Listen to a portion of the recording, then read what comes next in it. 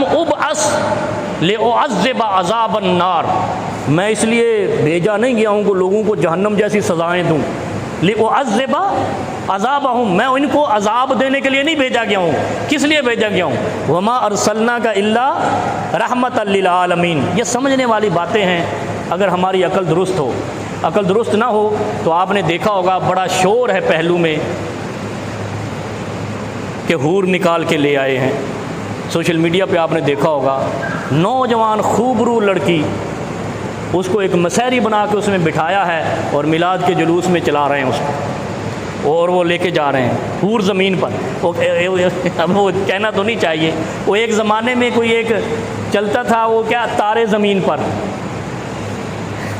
ایک تھا پتہ نہیں کیا تھا، ڈرامہ تھا کیا تھا، ایک چلا تھا، اب پتہ نہیں پاکستانی تھا، وہ ایک شخص نے بنایا تارے زمین پر۔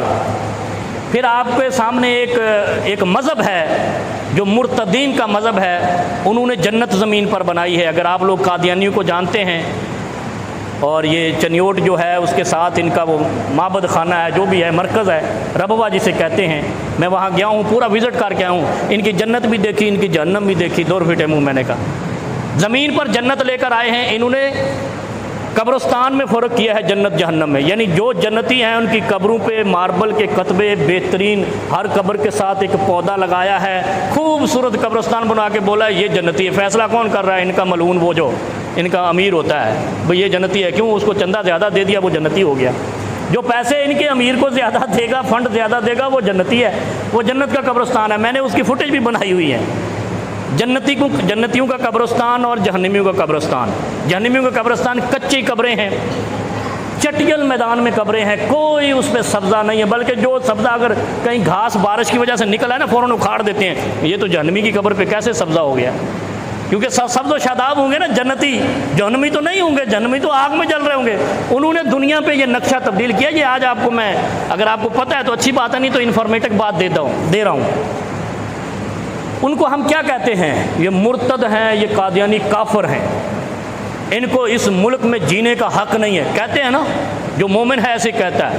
بلکہ اسلام کا یہ حکم ہے کہ جو مرتد ہو جائے واجب القتل ہے، لیکن ہم پھر بھی برداشت کر رہے ہیں کیونکہ یہ دنیا بدل گئی ہے، تبدیلی آ گئی ہے۔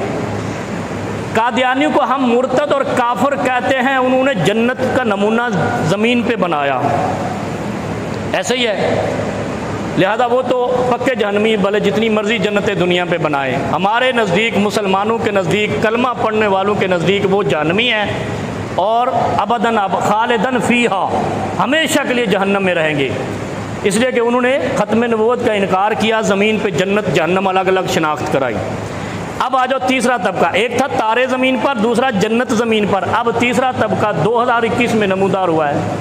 انہوں نے اپنے کسی بھائی کی یا کسی پیر نے اپنی مرید کی بیٹی جو ہے وہ خوبرو سجا کے مسحری میں بٹھائی ہے، میلاد کے جلوس میں چلا رہے ہیں، اور کیا رہے ہیں، جہاں میں سبھی تو خوشیاں منا رہے ہیں سوائے ابلیس کے، ایسے کہتے ہیں نا، آپ نے سنا ہوگا۔ میں آپ کو آج بڑی ٹیکنیکل باتیں بتا رہا ہوں۔ ابلیس کے علاوہ سارے خوشیاں منا رہے ہیں۔ 40 سال کے بعد نبوت ملی، ایسے ہی ہے۔